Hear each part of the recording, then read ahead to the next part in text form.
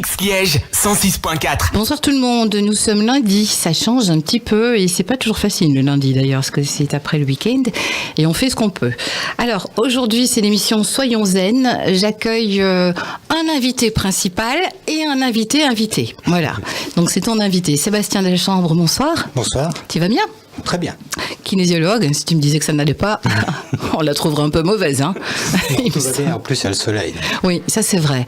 Et de l'autre côté, enfin en face de toi, il y a Laurent de Gers, qui lui est aussi thérapeute et qui interviendra peut-être, on ne sait pas encore, s'il rase sa barbe d'ici là. Peut-être. Et voilà, mais de toute façon, Laurent, toi, on fera une autre émission bientôt avec toi, si tu es d'accord, hein, si tu veux toujours bien venir près de moi, parce que on verra. Je suis un peu agressée aujourd'hui. Et alors, nous avons également un public aujourd'hui, c'est le SIS, le service d'insertion sociale. Nous avons donc des charmantes dames qui sont avec nous et qui te poseront des questions, Sébastien, sur ton métier, oui, ton métier. D'accord. C'est déjà pas mal. Moi, c'est déjà. Et nous avons Nathan également à la technique. Bonjour à tous. Voilà, et H aussi qui est quelque part, et Coco aussi. Enfin bref, il y a du monde aujourd'hui en studio. Et quoi les filles, on n'applaudit pas ? C'est quoi ça ? Non, mais ça c'est juste pour montrer qu'il y a un public. Je ne vais pas vous demander d'applaudir à chaque fois, hein, quand même, on n'est pas fou. Alors Sébastien, kinésiologue, pas que. Non, pas que, mais c'est mon outil principal. D'accord. Alors, il y a une question d'entrée que je voudrais te poser parce que les dames qui sont derrière nous ont travaillé un petit peu sur ton site, sur ton physique aussi, mais t'es plus le même. Donc, voilà, on fait ce qu'on peut. Hein. Et elles ont remarqué que tu avais beaucoup voyagé et elles se demandaient si ces destinations t'ont apporté ces pratiques. Par exemple, la kinésiologie. Est-ce que c'est à travers des voyages que tu as découvert cette thérapie ? Alors non, c'est pas la kinésiologie en tant que telle. Je n'ai pas découvert à travers les voyages, mais le déclenchement a quand même été le voyage en Corée. Je suis parti en Corée pour m'entraîner au taekwondo. Ah oui. Avec mon maître, on est partis tous les deux, et je me suis blessé au genou. Alors je me suis retrouvé à l'hôpital en Corée. Et leur manière de soigner n'a rien à voir avec la nôtre. Non, c'est-à-dire... Attends, parce que je crois que le micro est un peu haut. Ah. Voilà. Ou alors tu te tasses, je ne sais pas. Comme ça. Voilà. Et donc, rien à voir avec la nôtre, c'est-à-dire que si mes souvenirs sont bons, ils mettaient d'abord comme de l'argile sur le genou. Oui. Mais c'est de l'argile qui chauffait de plus en plus. J'avais déjà eu de l'argile auparavant qui était chaude et elle refroidissait. Oui, c'est vrai qu'on utilise souvent l'argile. Et là, par contre, c'est une forme d'argile, ça ressemblait, mais ça chauffait de plus en plus. À un moment donné, je ne sais plus comment rappeler, moi, parce qu'en coréen, je ne sais pas beaucoup parler, pour qu'on vienne l'enlever, parce que c'était vachement chaud. À ce point-là ? Ah oui, vraiment. Donc voilà, j'ai pas tout compris. Et alors après, ils avaient un traitement avec une espèce de sonde, une boule, et une grande aiguille, mais bout arrondi avec des impulsions électriques. Ils faisaient tourner la sonde et l'aiguille autour du genou. Et puis il y avait des ventouses. Tu es sûr que tu étais en Corée, tu étais pas dans une soucoupe Non. D'accord. Et puis ça se finissait avec un massage. Et au bout de 3-4 jours, 2-3 jours plutôt, j'étais sur pied, je recommençais les entraînements. Ah oui. Donc je trouve que c'est pas mal. Oui, parce qu'ici, je pense que ça aurait pris quand même pas mal de temps. J'ai eu l'expérience après, justement. J'ai eu l'expérience après où je me suis refait mal quelques mois plus tard. On m'a opéré. Il m'a fallu plus d'1 an pour m'en remettre. Ah oui. Et j'avais beaucoup de projets dans les taekwondo à cette époque. Bon, Fichtre. c'est pas mal que ça a changé de route, hein, mais voilà, la vie est bien faite. Mais ça m'a quand même fait me poser des questions sur mon corps, parce que le chirurgien qui m'avait opéré, ça changeait pas grand-chose à sa vie que moi je ne sache plus marcher pendant 1 an. Non, mais toi par contre, ça a changé énormément. Oui, voilà, donc ça a changé pas mal mes projets de vie. Et de là, j'ai décidé d'apprendre comment je fonctionne, comment c'est mon corps. Et j'ai cherché à savoir ce qui m'était accessible, parce que la médecine conventionnelle d'ici ne m'intéressait pas. Et donc j'ai commencé à chercher, j'ai fait du Reiki, puis j'ai fait la médecine chinoise, je suis devenu professeur de Qigong, et j'ai rencontré l'année d'après la kinésiologie en fait. Ah d'accord, ok. Et justement, elle se demandait pourquoi le choix du Reiki, et quelle est la définition du Reiki d'ailleurs ? Alors le Reiki, la définition, Rei veut dire universel, et Ki, énergie vitale. Donc c'est une capacité innée que tout le monde a. D'ailleurs, quand on est petit, plus souvent que quand on est adulte, quand on a mal, on met sa main là où c'est fait mal. Le Reiki, c'est que ça, quelque part. Mais on a un peu perdu cette capacité, ce qui veut dire que Rei, universel qui est énergie, c'est retrouver la capacité de pouvoir transformer l'énergie vitale qui est partout en une énergie de guérison assimilable directement par le corps. Et le Reiki a ceci de facile que c'est juste poser les mains et l'énergie va aller là où le corps en a le plus besoin.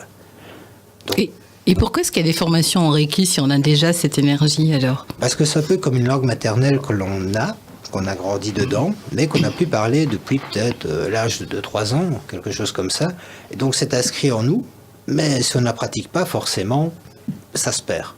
Et l'initiation, quelque part, permet de réouvrir ce qu'on appelle le canal de guérison et de l'ancrer cette fois-ci, histoire qu'il ne rediminue plus avec le temps si on ne l'utilise pas. Oui, donc si on n'utilise pas le Reiki, il reste quand même. Parce que moi j'ai fait une formation Reiki, mais il y a très longtemps par exemple, et j'ai l'impression que j'ai plus rien. Ben ça c'est parce que il n'y a peut-être pas eu beaucoup de pratique, mais il suffit de reconnecter, de refaire l'appel du Reiki, de poser les mains et le Reiki recoulera comme avant. Parce que justement l'initiation c'est ce qu'elle permet.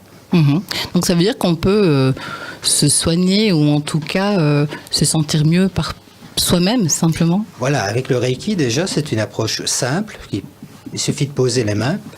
Alors soigner c'est un grand mot, moi je fais quand même apaiser en tout cas. Voilà, apaiser. Je suis d'accord avec ce mot parce que c'est le mot qui ressort à la fin de chaque séance Reiki. La personne se sent plus apaisée. Apaisée veut dire en paix avec soi-même, donc rien que ça c'est un bénéfice énorme. Et c'est donc le Reiki qui t'a ouvert la voie vers la kinésiologie alors ? Le Reiki m'a ouvert la voie vers l'étude des énergies et de la guérison, de comment fonctionne l'interne du corps. Pour en revenir à kinésiologie, c'est justement, kiné c'est mouvement, et à la différence de kinésithérapeute où on est plus sur le mouvement du physique, là on est plutôt sur les mouvements internes du corps, donc les mouvements énergétiques. On est plus là-dedans en kinésiologie. Donc ça veut dire que nos courants énergétiques on rencontre parfois des nœuds, ne circulent pas bien dans notre corps. Oui, l'énergie peut avoir divers blocages pour diverses raisons, justement. Et en ça, l'énergétique chinoise l'explique bien, je trouve. Et c'est surtout au niveau de la santé. Alors, l'énergétique chinoise travaille beaucoup au niveau de la santé, des organes et du fonctionnement du corps. Mais on est vraiment au niveau surtout de base santé, vraiment là-dedans. Maintenant, il y a d'autres blocages, évidemment, que l'énergétique chinoise prend aussi, mais c'est peut-être moins connu, soit les blocages émotionnels, soit les blocages qui sont transmis de génération en génération, c'est les blocages simplement de mimétisme qu'on a pu prendre, et ainsi de suite, qui peuvent aussi empêcher le bon fonctionnement du corps, donc de la santé. Donc ça veut dire que c'est le corps lui-même qui dit où ça va pas. Tout à fait. Oui, si on s'écoute, on sait où ça va pas.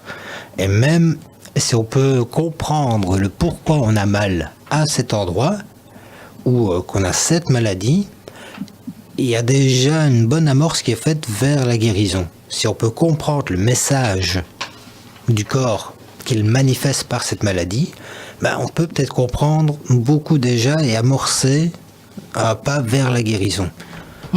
Et si c'est plutôt le côté psychologique qui coince, on fait comment ? Parce que ça, on sait tous qu'on est à la limite. On a tous des peurs, des angoisses, mais comment les expliquer ? Donc là, la kinésiologie va nous permettre de mettre le doigt dessus. Alors la kinésiologie, oui. Maintenant, il faut voir ce qu'on appelle le psychologique, parce que souvent, c'est le psycho-émotionnel fort lié l'un et l'autre. Et pour parler de ça, on pourrait peut-être déjà aborder la question du stress de base et de ce qui crée alors les blocages via le stress. Et justement, au niveau du stress, quel est le bon stress et quel est le mauvais stress ? Une question encore de demoiselle du 6. C'est parfait parce que c'est par là que je voulais commencer. Ah ben voilà. Justement. Bravo. Le stress, ici, en langue française, à ma connaissance, il n'y a qu'un mot qui définit le stress. Et il a une connotation négative. Donc stress égale négatif. Okay. En anglais, ils ont deux mots. Il y a eustress et distress. Donc, eustress, c'est un peu le stress positif. On peut voir un côté euphorisant. Et le distress, c'est la détresse, c'est le stress négatif. Parce que le stress, à la base, c'est un changement d'état. Ce qui veut dire mon corps, il est en équilibre, une forme d'homéostasie, on va partir de là, et puis il se passe quelque chose. Climatique, peu importe, je dois changer, je dois m'adapter. Si j'ai assez de ressources à l'intérieur, mon corps le sent et je le sais, pour m'adapter, il n'y a pas de problème. Voire même, ça peut être quelque chose de positif. Le stress. Voilà. Oui. Par exemple... Une petite poussée d'adrénaline, quoi. Oui, ou même, voilà, tu as gagné 1 euro-million à l'euro-million. Oui, ça engendre une certaine forme de stress, effectivement. C'est positif, mais c'est un sérieux stress. Oui, il faut pouvoir s'adapter. Voilà. C'est un peu un enthousiasme, c'est un stress, c'est un changement d'état, mais c'est positif.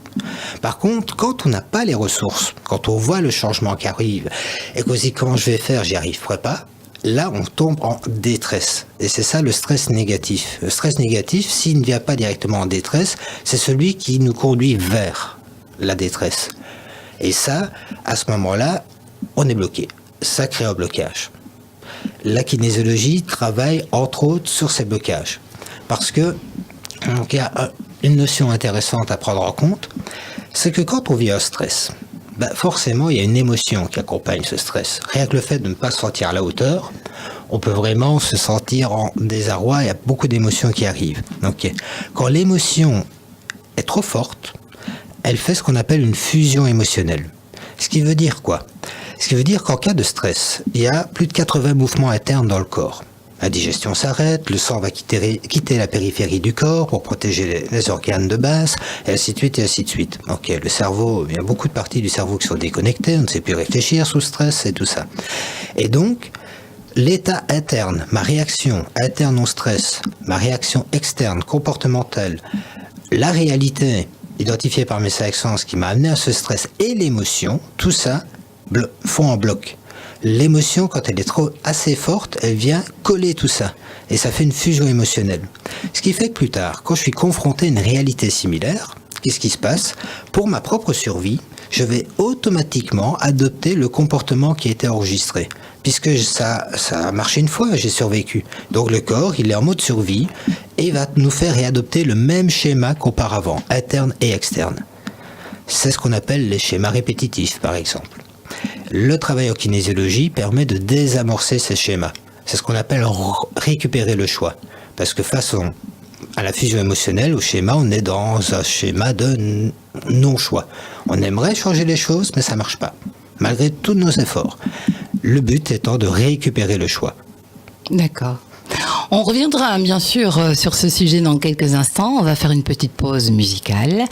Et Nathan, c'est comme tu le sens. Hein. Si tu veux m'envoyer un petit peu de musique, par exemple, ce sera vraiment parfait. Mixte Liège 106.4.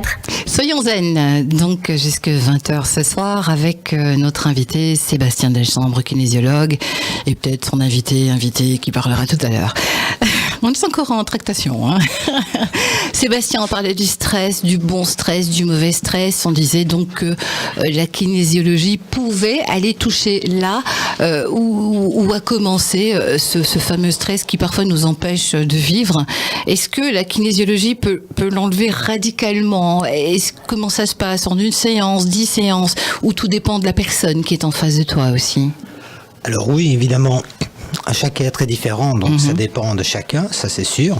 Et c'est l'un des avantages de la kinésiologie, c'est comme le test musculaire nous permet de dialoguer directement avec la mémoire cellulaire, on ne passe pas par le cerveau et on peut aller toucher les besoins spécifiques de la personne.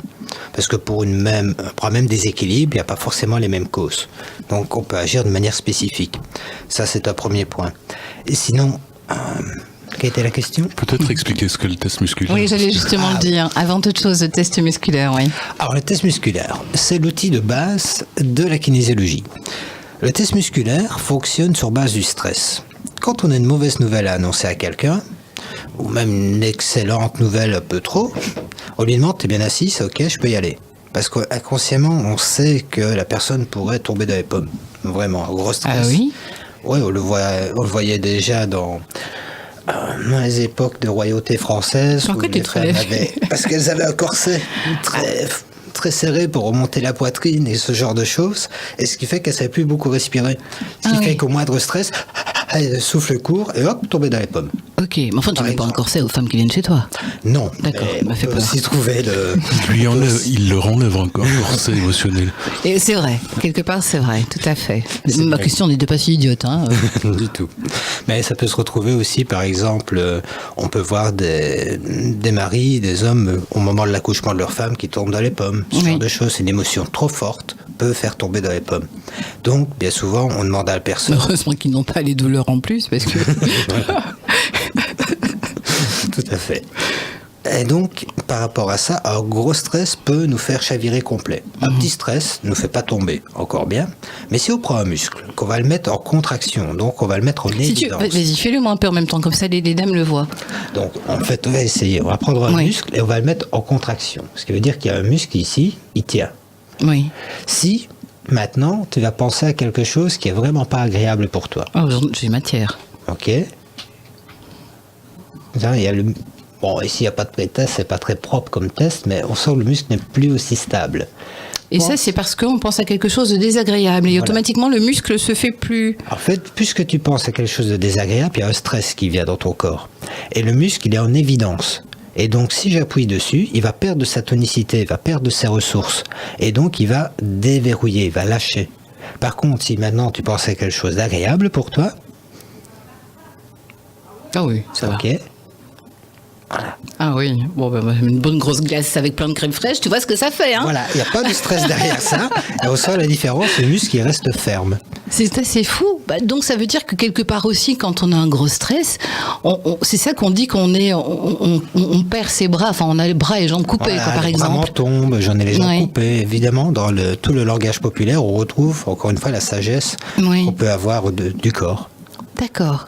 Et donc toi, c'est comme ça que tu vas commencer. Donc tu vas d'abord demander au corps s'il est d'accord de travailler avec toi. Voilà. C'est ça. Hein? D'abord, on prend un peu la base, on voit pourquoi la personne est là, et ainsi de suite. Évidemment, on va déterminer les thèmes ou l'objectif de séance. Et puis, on va faire des pré-tests, voir si le corps répond bien. On va tester le test musculaire, faire ressentir à la personne comment ça marche, pour qu'elle se sente bien aux commandes de la séance, c'est important. Et une fois que ça s'est établi, et oui, on va demander si on a la permission, si on est bien présent. Pourquoi faut-il demander la permission? Puisque c'est comme ça. Enfin, c'est. Parce qu'au travail, c'est un échange. Mhm. Ma seule limitation réelle, c'est quand la personne ne veut pas. Si la personne ne veut pas travailler, ne veut pas aller mieux, moi je peux rien faire. Bah, ne viens pas chez toi alors. Il y en a parfois parce que leur On les femme envoie.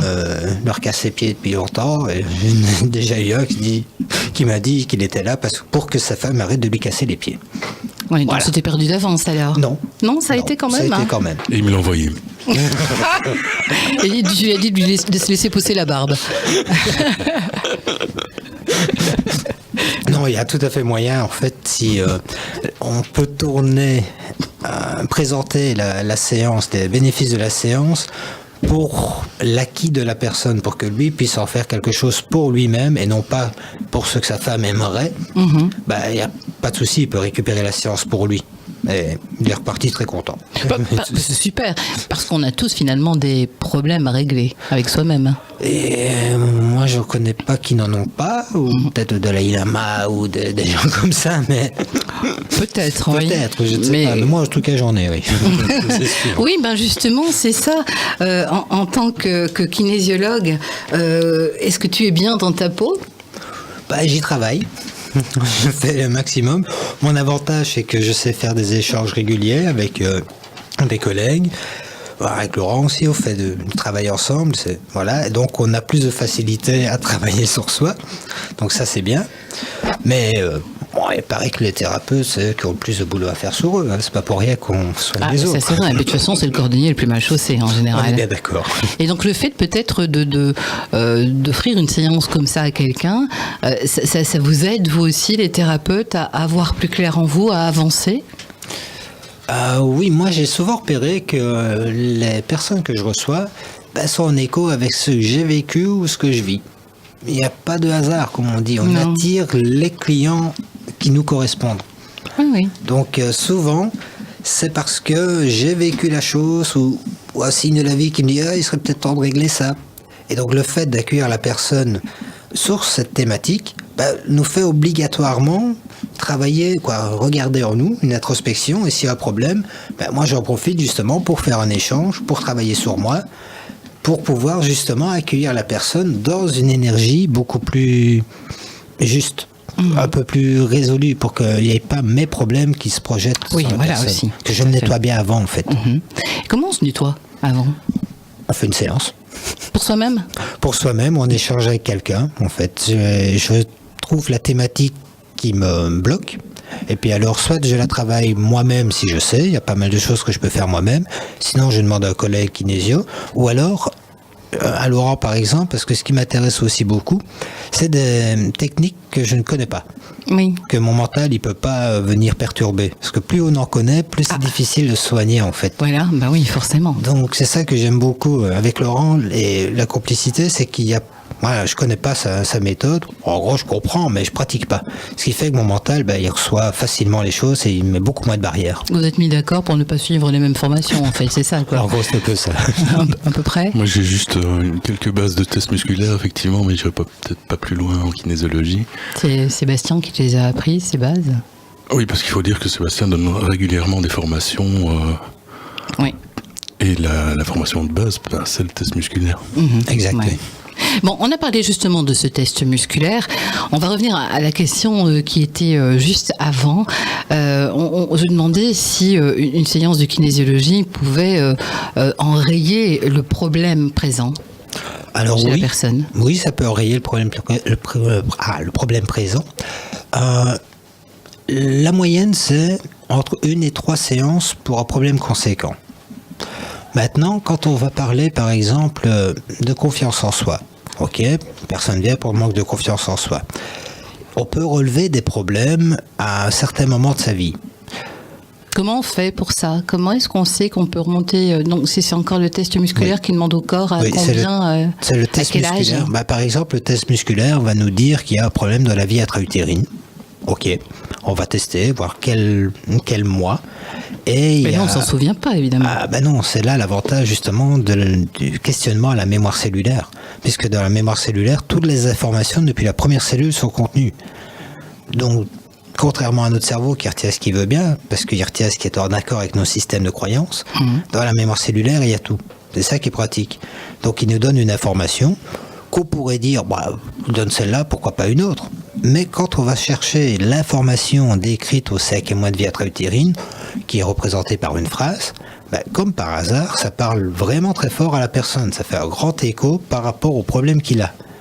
Et donc, qu'est-ce qu'on fait? On va demander au corps quel moyen énergétique, genre moi je travaille beaucoup avec l'acupuncture, mais vibratoirement avec des diapasons, et il y a d'autres techniques par exemple. Oui, c'est ça, tu mêles pas mal de choses. Voilà, on va chercher un peu, comme il y a le test musculaire qui me dit quelle technique est la plus appropriée, il suffit que j'apprenne les différentes techniques, et puis c'est pas mon cerveau qui va dire ce qui est bon pour la personne. C'est le test, il me dit on fait ça, ok, on fait ça. Et puis après mon cerveau il explique ce qu'on fait. Mais c'est pas moi qui vais décider pour la personne. Pour moi, c'est un peu une prise de pouvoir. Et le test musculaire est magnifique pour ça parce que justement c'est une complicité, c'est le corps qui va me dire fais plutôt ce poids-là avec tel diapason et ainsi de suite. Et donc on va rééquilibrer couche après couche les différents souffrances et différents points qui ne sont pas résolus, qui se rentrent en écho avec ce que vit la personne dans son présent. Oui. Et donc, par exemple, on ne va pas régler tous les problèmes que la personne a eu du genre au 5e mois de vie intra-utérine. Non, on va régler ce qui est en lien avec le problème du présent. D'accord.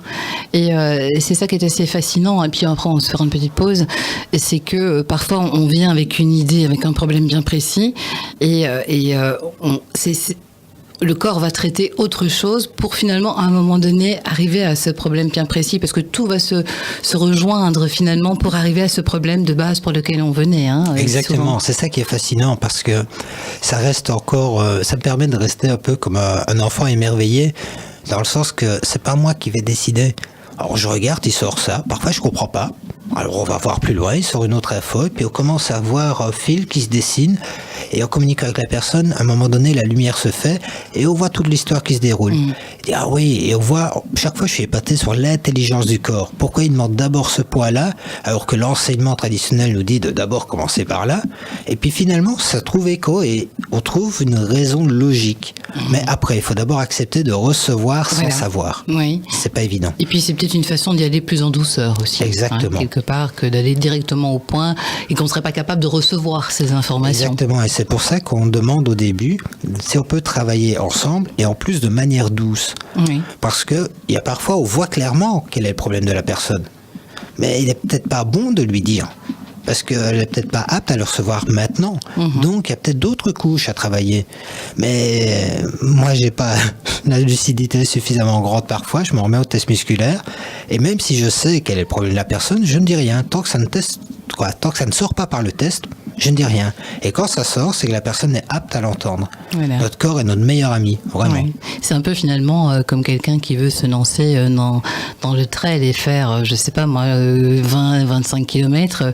Il va pas commencer par le 25 km, il va commencer petit à petit pour arriver à... Exactement. Et voilà. Et ça, c'est aussi la kinésiologie. Exactement. Oui. Une petite pause, histoire de voir avec notre petit public s'il y a des questions essentielles qui ressortent par rapport à ce que vous avez entendu. Et Nathan, bah voilà. Mix Liège 106.4. Retour dans... ça a vibré dans ta barbe. Hein. De retour dans Soyons Zen ce lundi soir jusqu'à 20h avec Sébastien Denchambre, kinésiologue, et Laurent Degère. Essaye un peu pour voir si on l'entend. Ta barbe. Oui, je voulais expliquer ce qu'était la barbothérapie. Non. On prend le client et on se frotte. Non, ça c'est pour gratouiller. Christiane. Ouais, c'est vrai. Sébastien, une question qui revient parmi notre public du 6, c'est la kinésiologie. Bon, on voit que c'est le corps qui parle, mais est-ce que tout le monde est apte à y répondre? Est-ce que un enfant, par exemple, peut bénéficier d'une séance ou pas? Ah oui, les enfants peuvent bénéficier des séances, il n'y a aucun souci. À partir de 4, 5, 6 ans, ça dépend un peu des enfants, mais on peut déjà directement faire les tests sur eux. Ils aiment bien, mais c'est un jeu en fait, donc il n'y a pas de souci. Et avant ça, on peut tout à fait travailler avec eux aussi, mais souvent on passe en transfert, on teste en transfert. C'est-à-dire ? C'est-à-dire que l'on va demander souvent à la mère de prendre l'enfant, de le toucher, et alors on va tester sur la mère. Parce que c'est un petit peu, ce qu'on teste nous, c'est un peu l'afflux électrique. C'est l'information qu'on va aller chercher. Et c'est un peu comme quand on va prendre une clôture électrique à plusieurs, on va se donner la main. Et si le premier prend la clôture et que le dernier prend la clôture, on va sentir le courant passer. J'ai pas tellement envie de tester ça par contre, mais bon. Mais dans la logique, c'est comme ça. Et si le dernier va lâcher, lui, il va prendre la décharge. Parce que le courant, il va terminer sur lui. C'est lui qui va prendre la décharge. Donc c'est pareil, si je teste, si je te teste, c'est toi, c'est ton corps qui va me répondre. Mais si tu touches quelqu'un d'autre, ben, tu es en bout de ligne.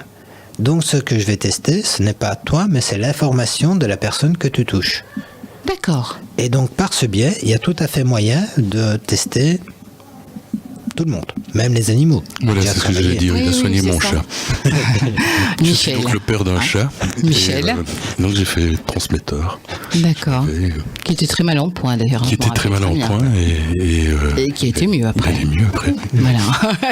Oui. Ouf. En plus, il y a l'explication, parce qu'on ne savait pas très bien ce qu'il avait. Et rien que de savoir par la kinésiologie que c'était quelque chose d'externe à lui et pas d'interne, par exemple, on pouvait se dire que c'était sans doute les piqûres d'insectes qui le faisaient être mal.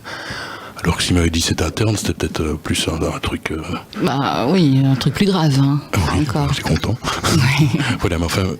Michel va mieux. Michel va très bien, oui. Christiane connaît très bien mon chat. Oui. Ouais, blanc. Je peux attester qui va bien. Voilà. Effectivement, il a très bien répondu, donc c'était génial.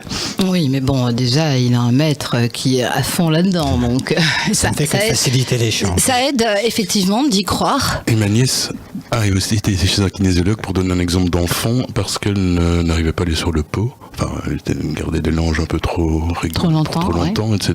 Et on a été chez Un kinésiologue. Kinésiologue, oui. Et ça a fonctionné? Oui. Disons qu'elle ne va plus. Elle va à la toilette maintenant, mais il a fallu un petit temps. D'accord. D'ailleurs, c'est une des conséquences, hein, souvent. Désolée de parler de ça, mais c'était pas Sébastien qui la traitait, donc ça a pris plus de temps. Mais là, je sais pas ce qu'il a te demandé, hein, mais sinon on l'attend. Oui, c'est une des conséquences. Bien souvent aussi, ça veut dire que l'organisme, lui, en prend un coup, et c'est une des conséquences d'une séance de kinésiologie, c'est d'aller vider au propre comme au figuré tout ce qui est pas bon quelque part. Oui, ça dépend en fait. C'est pas très relevé, hein, si vous mangez, bon appétit. Chacun réagit de manière un peu différente, mais c'est vrai que c'est la fatigue, hein, et voilà. Cette évacuation. C'est fréquent qu'il y a besoin d'aller à la toilette par la suite. Souvent, c'est l'émotion. Évacuer les mauvaises émotions, c'est un peu comme quand on a une grosse peur. Il se peut qu'on urine. Voilà, l'urine bien avec. Donc c'est un peu dans cet état d'esprit, on va évacuer les émotions.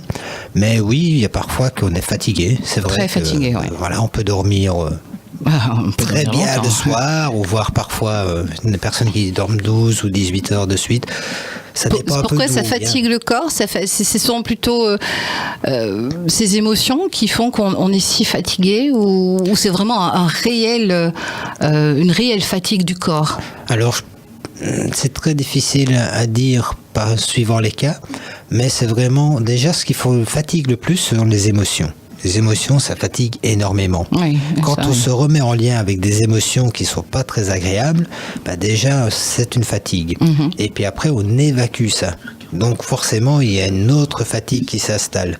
Maintenant, est-ce que le corps en lui-même, d'habitude le corps il est plus tonique après qu'avant. Donc je crois que le corps va bien, mais qu'il a juste besoin d'évacuer tout ce qui a été mis en évidence. Et tout ce qui a été... Il rejette finalement un petit peu ce qu'il a envahi pendant trop longtemps peut-être. Exactement, on est dans ce rapport-là, oui. Bon, je reviens donc aux enfants. Tu disais aussi hors antenne qu'on peut traiter l'enfant quand il est dans le ventre de sa maman déjà. Oui, tout à fait. Là, c'est super facile pour le transfert puisqu'il est à l'intérieur même du corps. Donc, on va simplement tester maman et on va demander au corps si on a l'autorisation de tester bébé. Tout simplement, parce que le corps, il sait bien où est bébé, il n'y a aucun souci. Donc, le corps peut nous mettre en contact avec bébé. D'accord. Et là, il n'y a même pas besoin de faire en contact, il est déjà à l'intérieur. Donc, c'est très facile. Il suffit juste de savoir à qui on s'adresse. On demande au corps pour être sûr. On sait qu'on s'adresse à bébé. Puis après, on fait notre séance, on pose des questions normales. Voilà. D'accord. Est-ce que, question du 6, est-ce que c'est un phénomène de mode, la kinésiologie? Parce que c'est vrai qu'on en parle de plus en plus. Hein. On voit de plus en plus de thérapeutes qui fleurissent dans les rues, dans les petites annonces. Et c'est pas toujours facile, hein, parce qu'il y a kinésiologue et kinésiologue aussi. Oui, mais comme c'est une profession qui est reconnue mais pas protégée, ce qui veut dire que n'importe qui, après une formation en kinésiologie, peut se dire kinésiologue. Maintenant, il y a déjà la Fédération belge de kinésiologie qui reprend les personnes qui ont suivi un cursus de formation défini, qui demande plus de 600 heures de formation. Donc, si déjà on veut s'adresser à un kinésiologue, c'est pas mal, parce qu'il y a rien d'autre comme référence, ou alors le bouche à oreille. Mais si on veut une référence un peu officielle, d'aller voir sur le site de la Fédération belge. Et là, les kinésiologues sont repris par région. Donc, au moins, il y a un minimum de garantie qualité, et en même temps, si on n'est pas content, il y a au moins quelqu'un à qui on peut faire entendre notre voix. C'est déjà ça, on va dire. Mais c'est quand même un petit phénomène de mode, tu penses, pour l'instant? Ça fait bien de dire je vais chez le kinésiologue, ou chez le sophrologue, ou chez le barbier. Ou, En fait, c'est comique parce que ça fait quoi? Il y a 2 semaines à peu près, 2-3 semaines, j'ai reçu, par le biais d'un ami, un de ses amis qui est comédien, et on fait une séance, il a vraiment adoré, et un très bon résultat pour lui, et il en a parlé. Et c'est la première fois qu'on m'a fait un retour où des gens ont dit « Oh, t'es kinésiologue, bon, moi aussi, j'aimerais bien. » Et c'est la première fois que j'ai senti cet effet de mode. D'habitude, c'était « À quoi ?» Oui, voilà. Et donc, c'est la première fois. Est-ce que cette personne tourne aussi, fait des représentations sur Paris et tout ça. Et en parlant, il y a beaucoup de personnes un peu... Moi aussi, j'aimerais bien... Tentée par cette expérience, quelque part. Et ça, moi, en tout cas, je vois ça assez nouveau. Parce que oui, c'est à la mode au niveau thérapeutique, au niveau des gens qui s'intéressent, des thérapeutes, oui, parce que c'est vraiment très pertinent comme méthode, mais au niveau du grand public, beaucoup moins. C'est la première fois, moi, fait 2-3 semaines que j'ai eu un retour. Oh là, intéressant. Oui, il a fallu le temps quand même que ça arrive, mais c'est vrai que ce sont plus ces personnes initiées qui connaissent, qui partagent cette vision des choses, de la façon de se guérir, qui étaient plus dans le mouvement. Mais maintenant, c'est vrai que ça a tendance un petit peu à s'élargir, et c'est peut-être pas plus mal. Il faut savoir que la kinésiologie a une belle publicité, puisque Lionel Messi, qui est quand même le footballeur le plus connu. Non, c'est qui ça? est traité depuis des années par un médecin personnel qui est kinésiologue, donc ça a eu une certaine ça aide, incidence, et on sait que ce type s'est occupé d'encore d'autres stars, dont Zidane, etc., etc. Alors il y a évidemment tous les kinésithérapeutes et tous les gens officiels qui sont en train de dire mais c'est n'importe quoi, c'est un gourou, de toute façon ce n'est que de l'effet placebo, etc. Mais bon. Voilà, mais de toute façon, il faut toujours bien indiquer qu'il ne faut pas mettre de côté la médecine traditionnelle pour certaines maladies, bien entendu. Forcément, ça peut être un complément, la kinésiologie, la sophrologie ou autre méthode douce. Pour moi, mais bon. Je compare souvent une guérison comme construire une maison. Pour construire une maison, il faut plusieurs corps de métier pour y arriver, et c'est pareil pour la guérison, quoi. Chaque thérapeute, chaque médecin a sa spécificité et on se complète. D'accord. Pause musicale, parce que je vois Nathan qui commence à s'énerver. Ça suffit. Mixte Liège 106.4. C'est vrai que la musique n'est pas très en accord avec Soyons Zen, mais voilà, ça nous met de bonne humeur, ceci dit. Sébastien, kinésiologue, Sébastien Deschambres, Laurent Degère, thérapeute, plein de trucs. Sébastien, une question. Est-ce que la kinésiologie, ça fait pas un petit peu un effet placebo chez les personnes ? Alors l'effet placebo est un effet très intéressant. Moi je dirais que si ça fait un effet placebo, c'est gagné aussi, oui. C'est tant mieux. Parce un que médecin fait de l'effet placebo aussi, un dentiste fait de l'effet placebo, enfin n'importe qui. N'importe quoi. À partir du moment où on a confiance dans la personne qui va soigner, quelle qu'elle soit, c'est déjà 50%. C'est déjà un effet placebo. Oui. Donc on dit que, par exemple, en dermatologie, j'avais lu ça dans un bouquin justement de sophrologie, ça va jusqu'à 90% de placebo. C'est vrai ? Oui. D'accord. Parce que la plupart des éruptions sont psychologiques. Donc oui, d'ailleurs, il faudrait que on voit rien, parce que quand tu vas raser ta barbe, inévitablement, tu auras des boutons. Pardon. J'avais dit que je te tiendrais jusqu'au bout avec ta barbe, Laurent. T'es fâché ? Non, mais je me dis que si on l'avait dit à Freud dans sa jeunesse, peut-être qu'il ne serait jamais devenu psychanalyste. Il m'a pas rencontré, heureusement, pauvre homme. Toi, parce que se taper Freud. Bon, vas-y. Oui, c'est vrai aussi, c'est pas faux. Sébastien, notre public d'ici se posait la question. Ils ont trouvé ton logo assez interpellant. Et l'ont interprété à leur manière, mais je ne sais pas comment. Mais est-ce qu'il y a une explication ? Est-ce que c'est vrai que c'est une forme de cœur avec des gouttes ou des larmes ? Enfin, que représente le logo, ton logo ?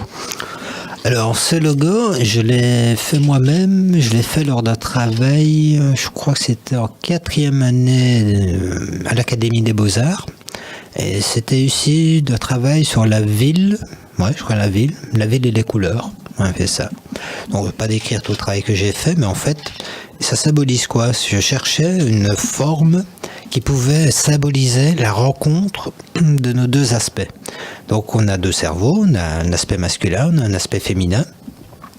La prise de conscience nous vient du moment où on a compris quelque chose et on l'a expérimenté. Et quand les deux cerveaux se mettent en rapport, boum, il y a une prise de conscience. Et à ce moment-là, en alchimie, c'est la 4e étape de la réalisation, on appelle ça la vertu.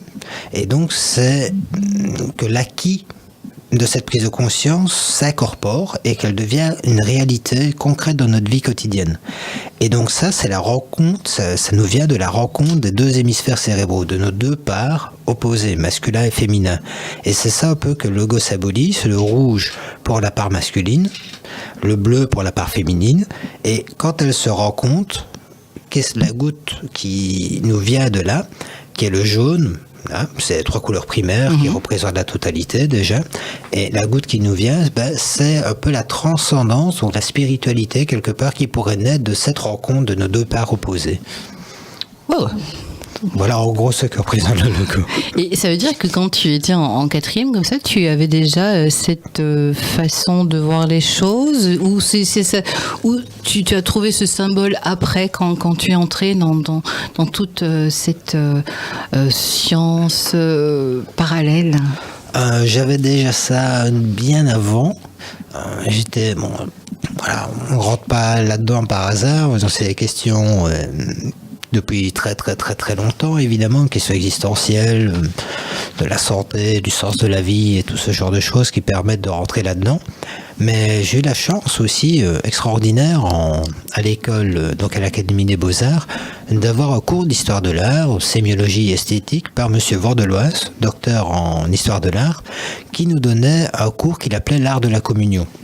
Donc il était très comique parce qu'au début de l'année, il nous donnait un paquet de photocopies en histoire de l'art, en gros truc. Il nous disait voilà, maintenant vous avez le cours, s'il y a une inspection, vous avez tout, maintenant on va parler de choses intéressantes.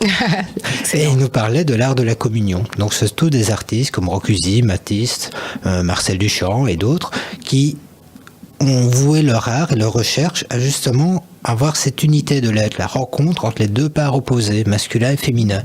Et déjà moi, ça m'a fasciné dès ce moment-là, parce que mon leitmotiv quelque part, c'était de ne plus être esclave du bagage que l'on reçoit, que ce soit de l'éducation, que ce soit la transmission génétique, que ce soit et ainsi de suite.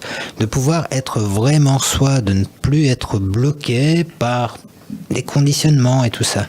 Et c'est vraiment ça qui a été ma découverte. Ouais. Et donc le cours de M. Vordeloise n'a fait que d'alimenter évidemment cette recherche, et toutes ces années ont été un véritable délice pour moi. Bah, j'imagine. Et c'est vrai, comme tu dis, hein, finalement un enfant est né, il est vierge de toutes choses. Et c'est donc l'éducation que ses parents vont lui donner qui vont en faire la personne qu'il est. Ça veut dire qu'il n'est peut-être pas la personne qui voulait être. On va dire vierge de toutes choses, déjà je suis peut-être pas tout à fait à 100% parce qu'il y a déjà la transmission génétique, ne fût-ce que oui, ça. de toute façon. Voilà, on vient déjà avec un bagage. Oui. Et après, évidemment, c'est connu, hein, il y a beaucoup de personnes qui sont devenues, qui exercent le métier qu'ils exercent parce que leurs parents, c'est les parents qui voulaient que leurs parents soient fiers d'eux et ce genre de choses, mais qui savent même pas ce que eux auraient vraiment voulu faire. Ou ils le savent très bien et ils peuvent pas le faire parce que ça se fait pas dans la famille. Je connais une personne qui aurait voulu être maçon et c'est pas possible dans la famille, ça se fait pas quoi. Donc, c'est un des grands phénomènes, c'est de ne pas déplaire et de se faire aimer des autres. Hein. C'est ça un petit peu qui gâche la vie de tout un chacun. L'amour, c'est quand même la première énergie vitale. C'est-à-dire, si on n'a pas d'amour, la vie elle est pas très agréable à vivre. Donc c'est la première des choses. C'est la personne la plus difficile à aimer, c'est soi-même. Voilà. Donc si on combine les deux, on a plus facile à aller chercher l'amour. On croit qu'on a plus facile. À la base, aller chercher l'amour dans le regard des autres. Arrête de nous casser. Enfin, laisse-nous croire encore à des choses. Non, vas-y. Mais voilà, on croit qu'on a plus facile d'aller le chercher à l'extérieur. Mais en fait, tout vient de l'intérieur. Tant qu'on ne s'aime pas soi-même, on ne peut pas être à même d'aimer autrui. C'est difficile. Manque de bol, on ne peut pas demander à quelqu'un de nous donner ce qu'on ne se donne pas à soi-même. Et ça, la kinésiologie peut aider à s'aimer soi-même, hein. Oui, si on peut évidemment mettre en évidence et rééquilibrer tous les blocages, tous, en tout cas une grosse partie. Parce qu'on n'a jamais fini, hein, dans le fond. Voilà, qui nous empêchent de nous aimer soi, se faire confiance, s'écouter, intuition, aller dormir quand on a besoin d'aller dormir, manger quand on a faim, simplement. Si on peut déjà enlever tout ça, tout ce qui nous empêche de faire ces choses naturelles, il y aura déjà beaucoup plus d'amour pour soi, c'est sûr. Est-ce que ça veut dire que si on cumule diverses méthodes, est-ce que finalement on peut arriver à être totalement heureux ? Heureux, oui, j'en suis intimement persuadé qu'on peut être heureux. Pour moi, le bonheur, c'est d'arriver à être qui on est et de faire le pourquoi on est là.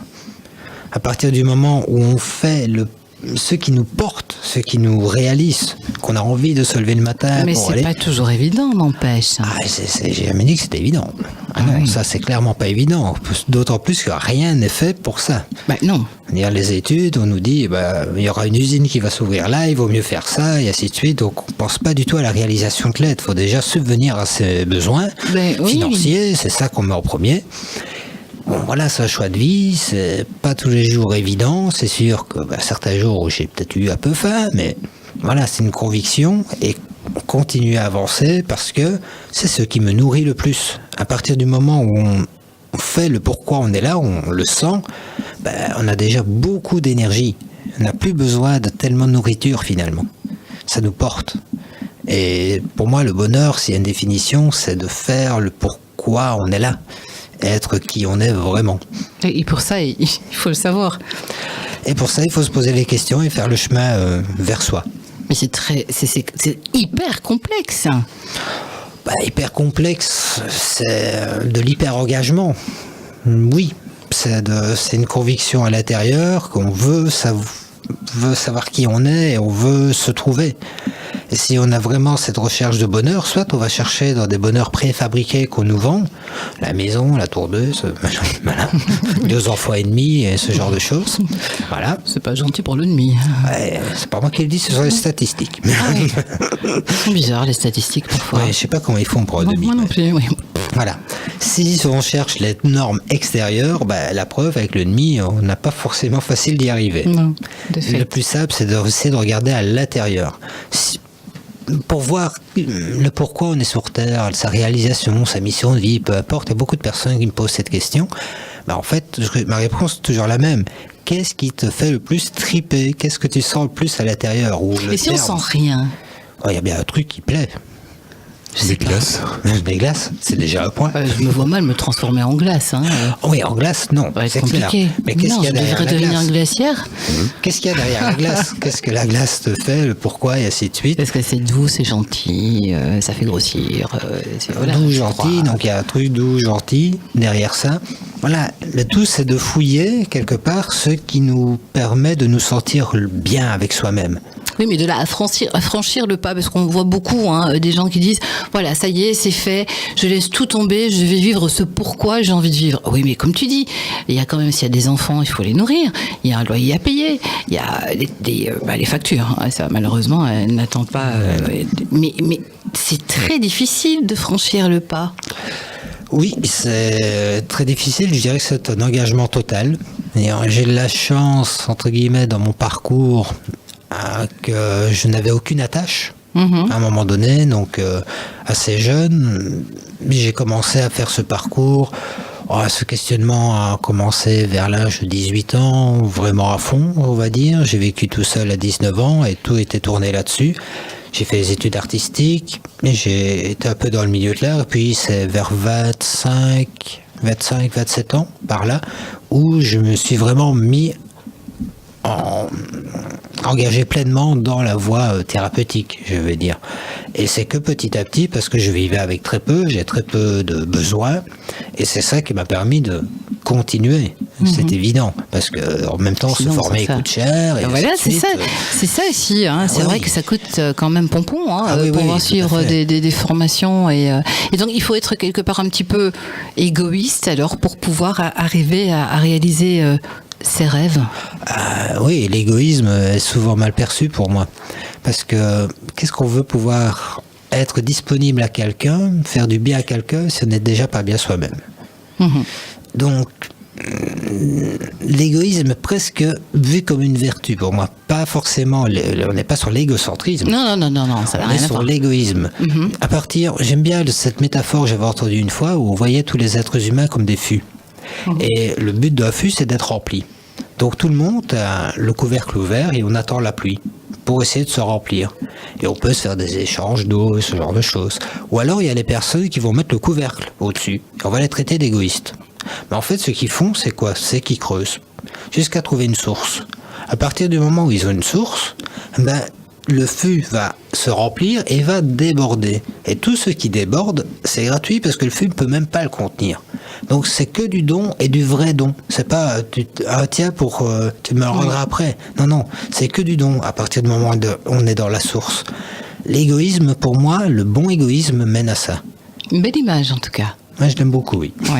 Sébastien, on est arrivé à la fin de l'émission. On va peut-être rappeler ton site internet sur lequel on peut te retrouver et voir un petit peu ce que tu proposes. Hein. Évidemment, comme technique, bien que depuis, tu en as encore appris pas mal. Hein. Oui, je suis en formation constante. Oui, voilà, on n'a jamais fini. Non, c'est tellement passionnant, on n'a jamais fini. On veut toujours aller plus loin. Exact. Alors, ton site internet, donc, c'est sébastiendelchambre.be. Tout simplement, oui. Sinon, tu as une page Facebook, bien entendu. Tout à fait, oui. Et je crois qu'on peut avoir relativement, vite rendez-vous, ça dépend aussi, désistement. Ça dépend, sur 2-3 semaines. Il y a moyen de venir sur les te 2-3 rencontrer. semaines d'habitude. Oui. D'accord. Sébastien, je pense qu'on te retrouvera parce que j'aimerais que tu viennes nous parler dans Soyons Zen d'autres techniques que tu as acquéries au fur et à mesure des années. Laurent... on t'a recevra aussi, t'as pas beaucoup parlé aujourd'hui, mais c'est vrai qu'1 heure c'est très court. Donc tu viendras nous parler de sophrologie, de ta barbe, que j'espère que tu n'auras plus ce jour-là, sinon tu rentreras pas dans le studio. En même temps, il fait ce qu'il veut, mais bon, voilà. Oui, je pourrais parler de ce que tu veux. Si tu veux que ce soit la sophrologie, si tu veux que c'est l'hypnose. Oui, mais on fera le tour, parce qu'en fait, ce qui est bien avec vous, les thérapeutes, c'est que vous ne vous arrêtez pas, en tout cas, les vrais thérapeutes ne s'arrêtent pas à une seule technique. Hein. Vous allez chaque fois chercher un petit peu plus loin. Vous allez, en tout cas, jusqu'à trouver celle qui correspond vraiment à ce que on a là au centre du cœur, comme tu disais. Pour finir sur la kinésiologie, voilà. Sébastien m'a déjà dit plusieurs fois qu'en fait, quand on a plusieurs techniques, et c'est ce qu'il fait d'ailleurs, il interroge le corps pour savoir quelle est la technique à aborder, la technique la plus appropriée. Et voilà, donc si on a 3-4 casquettes, c'est pas interdit de tester musculairement quelqu'un, de se dire c'est plutôt la sophrologie ici, c'est plutôt l'hypnose ici. Ouais, voilà. Comme quoi finalement tout se rejoint dans cette technique. Voilà, merci beaucoup messieurs. Avec plaisir. Et à très bientôt pour d'autres aventures dans Soyons Zen. Merci Nathan, merci en tout cas à vous pour vos questions, vous qui venez du centre de réinsertion sociale. Merci à Colette de nous avoir amené notre public. Ce sera comme ça chaque semaine. J'ai remercié Nathan déjà et bravo pour ta première. Merci. Félicitations. Bravo, voilà. Merci beaucoup. Et avec plaisir à la semaine prochaine. Alors Nathan, merci à H aussi d'avoir été là à ses côtés. On se retrouve la semaine prochaine.